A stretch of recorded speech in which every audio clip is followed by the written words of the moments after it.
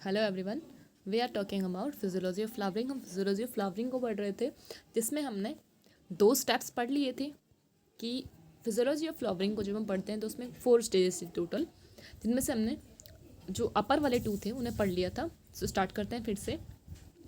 First of all, induction of flowering, then meristematic changes. Induction of flowering में photoperiodism क्या करता था, environment को सेंस करता था, जो कि एक फ्लोरिजन नामक का हाइपोथेटिकल हार्मोन बनाता था जो जीन्स को रेगुलेट करता था, और ये जीन्स आगे जाकर रेप्लिकेशन, ट्रांसक्रिप्शन एंड ट्रांसलेशन को एक्टिव करते थे, यानी कि new transcription, translation and replication होता था, जिससे कि वापस से न्यू डीएनए बने और जो ओल्ड वाले जितने भी प्रोटीन, डीएनए, न्यूक्लिक एसिड हैं उनका डिग्रेडेशन हो जाए। यानी कि ये कम्प्लीटली क्या करते हैं, फ्लावर को तैयार कर रहे हैं। जो सूट एपिकल मेरिस्टम है उसको तैयार कर रहे हैं फ्लावरिंग के लिए, क्योंकि सूट एपिकल मेरिस्टम क्या करता है, ये वेजिटेटिव ग्रोथ करता है। लीफ का, ब्रांचेस का, कॉर्टेक्स, जो एक सूट की रिक्वायरमेंट होती है उन्हें फुलफिल कर रहा होता है। लेकिन जब फ्लावरिंग होनी होती है तब उसमें कुछ चेंजेस आते हैं, क्योंकि फ्लावर में आपने कहीं भी कॉर्टेक्स, एपिडर्मिस, इस तरह के टिश्यूज़ नहीं देखे। वो होमोजीनियस सेल्स से बने हुए होते हैं।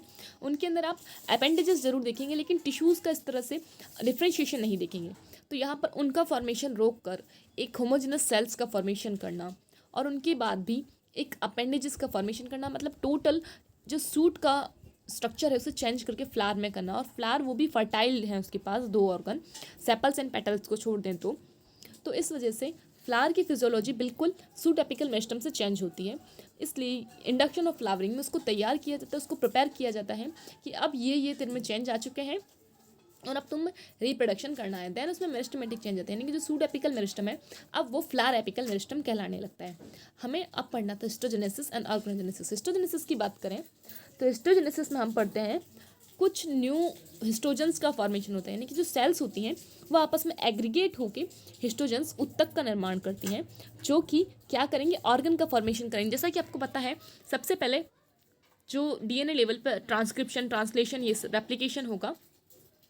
इसके बाद में मेरिस्टेमेटिक चेंजेस है। हिस्टोजेनेसिस में मतलब सेल्स एग्रीगेट होंगी, टिश्यूज़ का फॉर्मेशन करेंगी, और ये टिश्यूज़ अपने आप को इस तरह से ऑरिजिनेट करेंगे, मतलब इस तरह से अपने आप को अरेंज करेंगे कि इनसे सेपल्स, पेटल्स, गाइनोशियम, एंड्रोशियम, इन सब का फॉर्मेशन हो जाए। हिस्टोजेनेसिस एंड ऑर्गेनोजेनेसिस दोनों में से हम हिस्टोजेनेसिस को ब्रीफली लेते हैं, लेकिन ऑर्गेनोजेनेसिस को एक डिटेल स्टडी करते हैं, क्योंकि इसके अंदर हमें एक बहुत ही इंपॉर्टेंट पॉइंट पढ़ना होता है, वो है ABC model of flowering. So start करते हैं हिस्टोजेनेसिस। हिस्टोजेनेसिस के अंदर जैसा कि आपको बताया, टिश्यूज़ जो हैं वो अपना एक मेन रोल प्ले करते हैं। जैसे कि आपको पता है adaxial tissue, abaxial tissues, intercalary meristem and apical meristem, ये सारे जो मेरिस्टम हैं, जब ऑर्गेनोजेनेसिस और हिस्टोजेनेसिस साथ साथ चल रहा होता है, दैट मीन कि उस समय जब प्राइमोर्डिया का फॉर्मेशन हो जाता है, ठीक है, तब यहाँ पर टिश्यू है जो अपना मेन रोल प्ले करते हैं। सो स्टार्ट करते हैं, पहले आपको ऑर्गेनोजेनेसिस समझाती हूँ, उसके बाद में हिस्टोजेनेसिस पे आएंगे। ऑर्गेनोजेनेसिस के अंदर हम पढ़ते हैं एबीसी मॉडल ऑफ फ्लावरिंग, जो कि एक सबसे इम्पॉर्टेंट, मोस्ट इम्पॉर्टेंट फ्लावरिंग का टॉपिक है। जब आपको फ्लावरिंग समझनी हो कि एक्चुअली सेपल्स, पेटल्स का फॉर्मेशन कैसे हुआ, एंड्रोशियम, गाइनोशियम का फॉर्मेशन कैसे हुआ, तो हमें इसको समझने के लिए कुछ ना कुछ एक मॉडल होना चाहिए। इसलिए यहाँ पर एक एबीसी मॉडल लिया गया, यानी कि एक ऐसा प्लांट लिया गया जो कि एज अ मॉडल प्लांट है। उसका नाम था अरबिडोप्सिस थैलियाना। अरबिडोप्सिस थैलियाना को एज अ मॉडल प्लांट की तरह यूज़ किया जाता है प्लांट के अंदर। यानी कि आप जब भी बॉटनी की बात करते हैं तब वहाँ पर जो मॉडल प्लांट यूज़ किया जाता है उसका नाम है अरबिडोप्सिस थैलियाना। फर्स्ट नंबर पे अरबिडोप्सिस थैलियाना एंड सेकंड नंबर पे होता है एंटीराइनम मैजस, जिसे डॉग फ्लावर कहते हैं आप लोग। अब हम अरबिडोप्सिस थैलियाना में बात कर रहे हैं कि जब अरबिडोप्सिस थैलियाना में फ्लावरिंग को रेगुलेशन होता है वो किस तरह से होता है, यानी कि इनका फॉर्मेशन किस तरह से होता है। सो इसे एबीसी मॉडल कहा गया। दैट मीन जब हम अरबिडोप्सिस थैलियाना में ऑर्गेनोजेनेसिस की स्टडी करते हैं जीन लेवल पर, तब उसे एबीसी मॉडल में रिप्रेजेंट करते हैं। सो स्टार्ट करते हैं। यहाँ पर ये डायग्राम इसलिए ताकि आपको एक बार फिर से रिकॉल हो जाए कि यहाँ 4 वल्स हैं। सबसे आउटर वल सेपल्स की, then petals, then androecium and gynoecium. याद रखना, एक फ्लावर में 4 वल्स होती हैं, 4 चक्र होते हैं। आउटर जो वल है, सबसे बाहर वाले चक्र में सेपल्स होती हैं, बाह्यदल पुंज। थर्ड नंबर की जो वल है, हम आउटर से गिन रहे हैं, जैसे कि इसे आप ऐसे लेके चलिए, कि ये देखिए, ये एक वल राउंड थोड़ा ज़्यादा ही ढंग का बन गया है, इस पर ध्यान मत दीजिएगा। ये सेकंड, ये थर्ड और ये फोर्थ। चलिए, अब तो सबसे आउटर वाली वल है ये वाली वल। ये वल क्या करती है, ये वल्स का करेगी सेपल्स का फॉर्मेशन। यहाँ पर सेपल्स बनेंगी जो कि एज अ प्रोटेक्टिव लेयर काम करती है। सेकंड जो वल है वो करती है पेटल्स का फॉर्मेशन। ये वाली वल पेटल्स का फॉर्मेशन करेगी, यहाँ पे पेटल्स बनेंगी।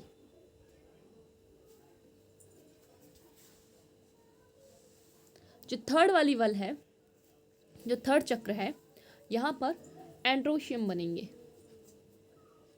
पुंकेसर। ठीक है।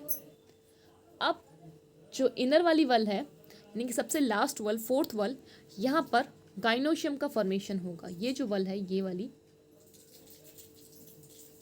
यहाँ पर गाइनोशियम का फॉर्मेशन होगा, यानी कि इसका फॉर्मेशन होगा। ये जो आपको दिख रहा है पोर्शन, ये पोर्शन यहाँ पर बनेगा। तो आपको ये समझ में आ चुके होंगे कि किस तरह से 4 वल्स हैं।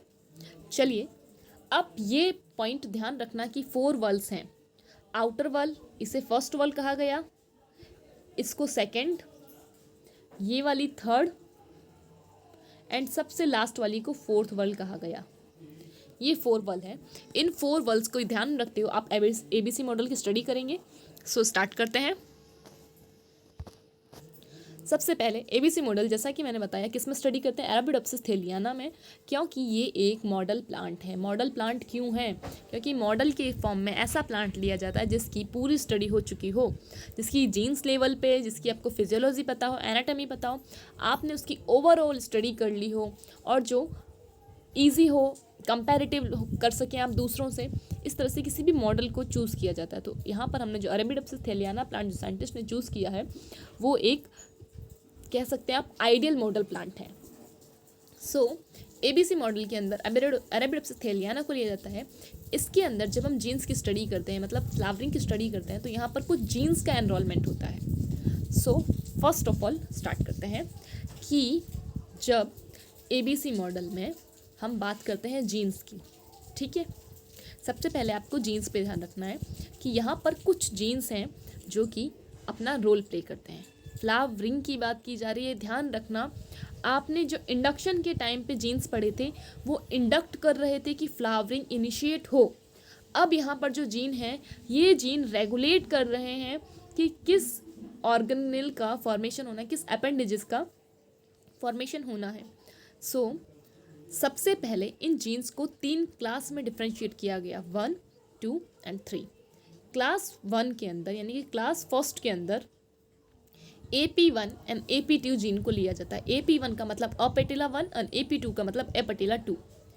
जीन्स को हमेशा प्योर कैपिटल में लिखते हैं, आप हमेशा इसे APETTEELAY, मतलब उसको आप पूरा, जब जीन का नाम लिखेंगे तब उसे पूरा कैपिटल में ही लिखेंगे।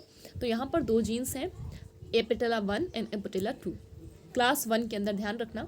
क्लास सेकंड के अंदर यहाँ पे भी 2 जीन्स हैं, अपेटिला 3 एंड पिस्टिलेटा। देन क्लास थर्ड के अंदर जो लास्ट जीन है उसका नाम है अगेमस। यहाँ पे ध्यान रखना, फर्स्ट क्लास के अंदर भी 2 जीन है, 1 एंड 2, अपेटिला 1 एंड अपेटिला 2। इसी का जो थर्ड जीन है वो क्लास सेकंड के अंदर है, और एक पिस्टिलेटा, एंड क्लास थर्ड के अंदर अगेमस। ये तीनों ही जीन अपने अपने लेवल पे रोल प्ले करते हैं। अब यहाँ पर आपको क्लास, जीन की क्लासेस समझ में आ गई कि इन जीन्स को किस तरह से क्लासेस में डिफ्रेंशिएट किया गया है। अब ये आपस में इंटरेक्शन करके ऑर्गन्स का, मतलब जो फ्लावर के अपेंडेजेस हैं उनका फॉर्मेशन करते हैं, वल्स का फॉर्मेशन करते हैं। तो सबसे पहले हम क्लास लेवल पे समझते हैं कि क्लास लेवल पे बात कर रहे हैं, देन आपको जीन्स के बारे में बताएंगे कि जो सबसे आउटर वाली क्लास है, ये जो क्लास 1 है, जिसे क्लास ए कह रहे हैं हम यहाँ, इसे आप क्लास ए भी कह सकते हैं, ए, बी और सी, ठीक है। तो जो क्लास 1 है उसे क्लास ए कहा गया है। तो ये जो क्लास ए है, यानी कि क्लास 1 अकेले काम करेगी, सिर्फ और सिर्फ क्लास 1 काम करेगी, तब सेपल्स का फॉर्मेशन होगा।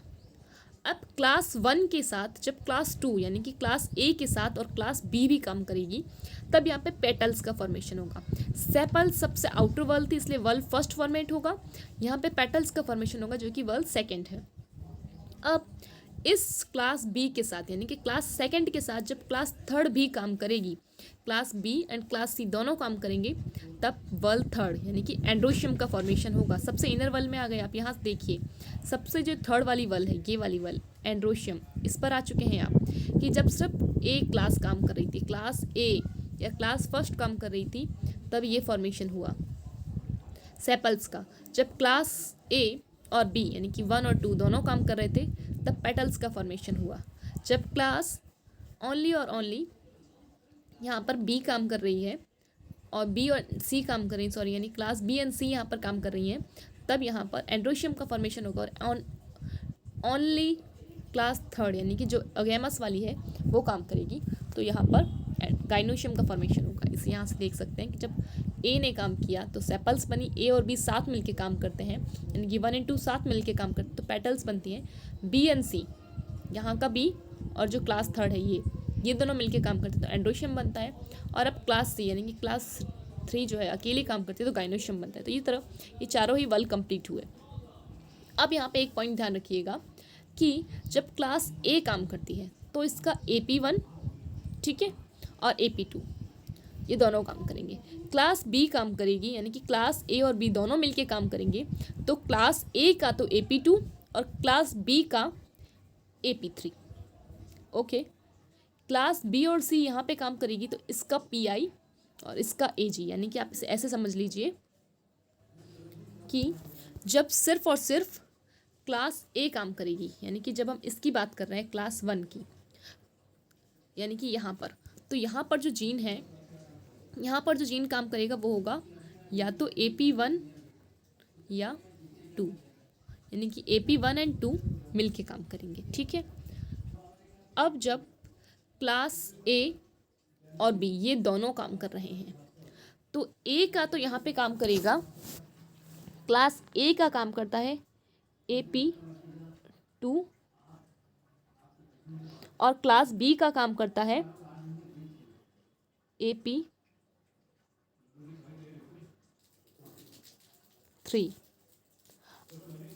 अब क्लास बी और सी मिलके काम करते हैं, तो क्लास बी का काम करता है, एक सेकेंड, क्लास बी का काम करता है, यहाँ लिख देती हूँ मैं PI, और क्लास सी का काम करता है AG। और जब क्लास सी अकेली काम करती है तो इसका AG काम करता है। समझ आया हो आपको आई थिंक कि जब क्लास ए अकेली काम करें, सेपल्स का फॉर्मेशन हो रहा है, तो AP1 या AP2 कोई भी काम कर सकता है, ये काम कर सकते हैं। लेकिन जब क्लास बी का काम होना है, यहाँ पे जब क्लास बी और ए दोनों मिलके काम करेंगे, तो जब क्लास ए का AP2 और क्लास बी का AP3 मिलके काम करेंगे। अब जब क्लास बी और सी मिलके काम करेंगे, तो क्लास बी का PI और क्लास सी का AG, क्योंकि यहाँ पे एक ही जीन है, सिंगल जीन है। अब जब सिर्फ और सिर्फ क्लास ये काम करेगी, तो यहाँ पर जो बनेगा वो होगा AG। AG। सो ये आपको समझ आ चुका हो कि जीन लेवल पे कैसे काम हो रहा है, यानी कि जीन आपस में कैसे इंटरेक्ट हो रहे हैं। इसे जब हम समझते हैं, इसे जब हम एज अ डायग्रामेटिक समझते हैं, तो मैं इसे इस तरह से समझते हैं कि यहाँ पर एक पूरा ही आपको इस तरह से 3 बॉक्स बनाने होते हैं, जिसमें आप एक में A लिखते हैं, ऊपर वाले में B एंड यहाँ C। जब ये अकेला काम करता है तो सेपल्स का फॉर्मेशन होता है। जब ये दोनों मिलके काम करते हैं तो पेटल्स का फॉर्मेशन होता है। ये दोनों काम करते हैं तो एंड्रोशियम, और ये अकेला काम करता है तो गाइनोशियम। ये आपको समझ आ चुका हो कि जब ये अकेला काम कर रहा है तो सेपल्स, ये दोनों काम कर रहे हैं पेटल्स, ये दोनों काम कर रहे हैं एंड्रोशियम, ये अकेला काम करेगा गाइनोशियम। जीन्स में यहाँ पहले ही समझा चुकी हूँ कि जब ए अकेला काम करेगा तो AP1 या AP2 कोई भी आ सकता है। जब बी और ए दोनों मिलके काम करेंगे तो ये दोनों जीन आएंगे। जब बी और सी मिलके काम करेंगे तो ये दोनों जीन आएंगे, और जब अकेला सी काम करेगा तो ये जीन आएगा। ये चारों ही क्लास के स्ट्रक्चर हैं। अब इसमें अगर हम मतलब यहाँ तक तो ठीक है, लेकिन ये कैसे पता चला, तो इसके लिए कुछ म्यूटेशंस चेंजेस किए गए। उन्हें आप ऐसे समझ सकते हैं कि ये देखिए यहाँ पर एक आपको ध्यान रखना है, ये ए है, ये बी है, ये सी है। जैसा मैं आपको बता चुकी कि जब ए और बी और सी ये सब मिलके, तीनों ही मिलके काम कर रहे थे, तो देखिए ए अकेला काम कर रहा है सेपल्स, ये दोनों का, सॉरी ए बी, एक सेकेंड,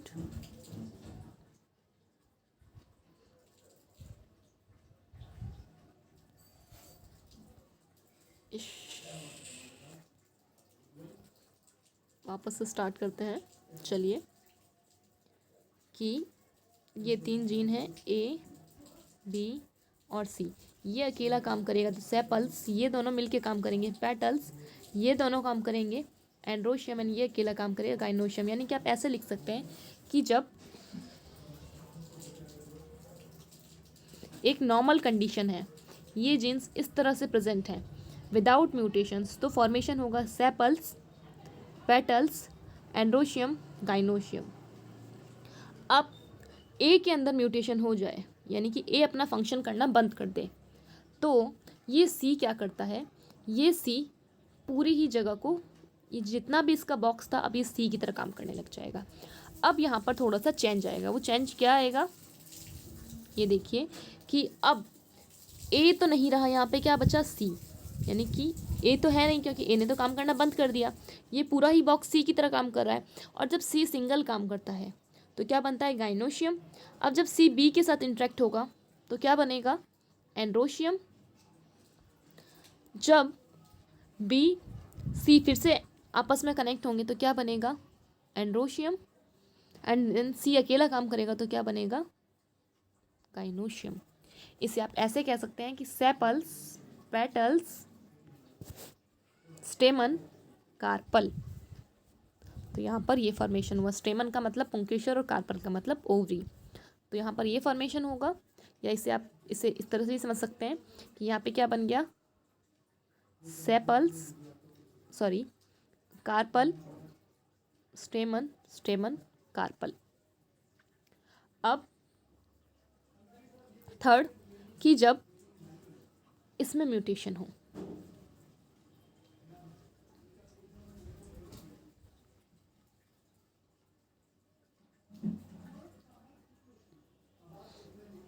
कि अब जो म्यूटेशन हो रहा है वो ए सही है लेकिन बी में म्यूटेशन हो गया और सी सही, यानी कि ये अब काम करना बंद कर चुका है, ये है ही नहीं। तो अब क्या बचा, ए और बी मिलके काम करेंगे, सिर्फ ए काम करेगा तो क्या बनेगा, सेपल। अब ए बी के साथ काम करेगा लेकिन बी तो है ही नहीं, तो फिर से सेपल। अब बी और सी मिलके काम करते तो एंडोशियम बनता था लेकिन बी है ही नहीं, तो सी अकेला काम कर रहा है, मतलब गाइनोशियम या कार्पल।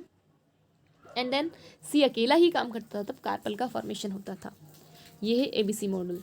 अब इसके बाद फर्स्ट पोजीशन, मतलब एक नॉर्मल कंडीशन अगर कहें, नॉर्मल कंडीशन ये होती है, ये दोनों नॉर्मल कंडीशन है। फर्स्ट कंडीशन ये, सेकंड ये म्यूटेशन की। अब थर्ड के अंदर हमें किसका म्यूटेशन करना है, थर्ड के अंदर हमें सी को म्यूटेशन करना है, ए बी सी, कि अब ये जो सी है ये सी म्यूटेंट हो गया, उस वजह से यहाँ पर ए ही पूरा मिल जाएगा, यानी कि ए ने पूरी ही जगह कवर कर ली। अब देखिए कि जब ए अकेला काम करेगा, कलर रेड ले लेते हैं चलिए, जब ए अकेला काम करेगा तो क्या बनता है, सेपल्स। ए और बी मिलके काम करेंगे, पेटल। अब बी और सी मिलके काम करेंगे तो बनना क्या चाहिए, एंड्रोशियम। लेकिन यहाँ पर सी की जगह कौन है, ए है, क्योंकि पूरा ही बॉक्स ए का काम कर रहा है। तो बी और सी फिर से मिल रहे हैं, यानी कि बी और ए ही इंट्रैक्ट हो रहे हैं, सी नहीं है तो बी और ए ही इंट्रैक्ट हो रहे हैं। तो फिर से क्या बनेगा, पेटल्स। एंड देन अकेला सी काम करता था तो गाइनोशियम बनता था, कार्पल बनता था, लेकिन यहाँ सी नहीं है, ए है, तो फिर से सेपल। ये है थर्ड कंडीशन। आई होप आपको ये तीनों कंडीशन समझ आई हों, नहीं आई हों तो आप मुझसे फिर से कमेंट सेक्शन में पूछ सकते हैं। और ये जो एक नॉर्मल वाला डायग्राम है, इसके बेसिस पे आप तीनों को बना के देखना कि ए बी सी नॉर्मल होते हैं, यानी कि ए अकेला काम करता है तो सेपल बनता है, ए बी मिलके काम करेंगे पेटल बनेगा, बी सी मिलके काम करेंगे, एंड्रोशियम या स्टेमन, एंड सी अकेला काम करेगा गाइनोशियम या कार्पल। ठीक है, फर्स्ट, सेकेंड, थर्ड, फोर्थ। अब इनमें आपको एक एक करके म्यूटेशन कराना है कि जब ए को म्यूटेशन कर देंगे, यानी कि ए नहीं है तो ये जो बीच वाली दीवार है इसे हटा दोगे आप। जब ए नहीं होगा तो बीच की दीवार हट जाएगी और सिर्फ सी रहेगा पूरे में। तो अब आपको बी और सी के बीच में ही इंट्रैक्शन करानी है। तो फर्स्ट को मैं बता देती हूँ, सेकेंड और थर्ड को आप वापस से बनाकर मुझे बताएंगे ये किस तरह से हुआ। कि जब ए अकेला काम कर रहा है यहाँ पर तो बनना क्या चाहिए था, सेपल, लेकिन ए नहीं है, उसकी जगह पे क्या है, सी। सी अकेला काम करता है तो क्या बनता है, कार्पल। अब बी और सी मिल रहे हैं यहाँ पे क्योंकि ए तो है नहीं, फिर से क्या बनेगा, सेपल, सॉरी ये स्टेमन। और इसके बाद में, स्टेमन के बाद में ये बी और सी फिर से यहाँ पे इंटरेक्ट हो रहे हैं, देन स्टेमन, एंड जब सी अकेला मिलेगा तो कार्पल। सो इस तरह से यहाँ पर आपको ये स्ट्रक्चर मिलता है। चलिए, ये जो एस एस हैं ये यहाँ पर स्टेमन है, इसे आप ए समझ लीजिए, यहाँ पर भी इसको ए से समझ लीजिएगा एक्चुअली क्या है। बाकी की जो सेकंड कंडीशन है, बी में म्यूटेशन एंड सी में म्यूटेशन, एक बार मैं बता चुकी हूँ, फिर भी आप मुझे डायग्रामेटिक करके बताएंगे। चलिए, आपको आई होप ये कंडीशन समझ में आ चुकी हो कि ये कंडीशन क्या है। अब ये हमारा हिस्टोजेनेसिस कंप्लीट हो चुका है, यानी कि ये स्ट्रक्चर पूरे बन चुके हैं, ये चारों ही वर्ल्स कंप्लीट हो चुके हैं, चारों ही ऑर्गन अपने अपने डिसाइड कर चुके हैं जीन्स। दैट मीन कि हमारे एबीसी मॉडल कंप्लीट हुआ। उस एबीसी मॉडल के कंप्लीट होने से चार वर्ल्स ने अपनी अपनी क्या कर ली, पोजीशन को एक्वायर्ड कर लिया। इससे पहले यहाँ पर क्या हुआ था, हिस्टोजेनेसिस हुआ था। देखिए, अब इन दोनों को कनेक्ट करिए, आपको ये एबीसी मॉडल समझ में आ चुका होगा। अब इन दोनों को कनेक्ट करिए, कैसे कनेक्ट करेंगे आप, कि जब सबसे पहले यहाँ जो ये सूट एपिकल मेरिस्टम था, ठीक है, मेरिस्टम जो था ये किस में कन्वर्ट हुआ, इंडक्शन से सूट एपिकल मेरिस्टम की जगह क्या बन गया, फ्लोरल एपिकल मेरिस्टम। यहाँ तक आपको समझ आ चुका है। अब इस फ्लोरल एपिकल मेरिस्टम में प्राइक्लाइनल चेंज होंगे, यानी कि इस तरह से पेरिक्लाइनल चेंज डिवीजन हुए।